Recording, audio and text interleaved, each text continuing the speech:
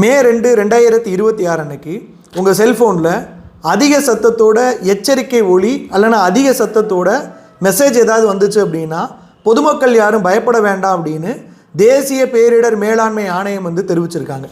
சில நேரங்களில் ஃபோன் சைலண்ட்டில் இருந்தாலும், டு நாட் டிஸ்டர்ப் மோடில் போட்டிருந்தாலோ, வைப்ரேஷன் மோடில் போட்டிருந்தாலோ இந்த சவுண்டு வரும். நம்ம என்னடா சைலண்ட்டில் இருக்குது இப்படி சவுண்டு வருது அப்படின்னு பயப்பட வேண்டாம்.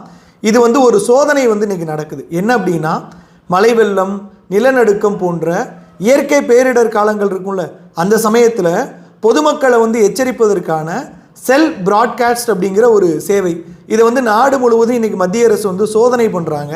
அதாவது இந்த செல் ஒளிபரப்பு எச்சரிக்கை அப்படின்னு சொல்லுவாங்க.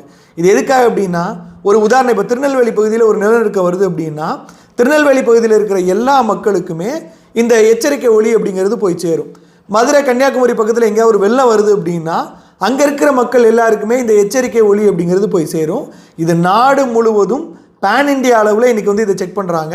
ஸோ அதனால் இந்த மாதிரி லவுட் மெசேஜோ இல்லை அதிக ஒலி ஏதாவது உங்கள் மொபைல் ஃபோனில் வந்துச்சு அப்படின்னா பயப்படாதீங்க.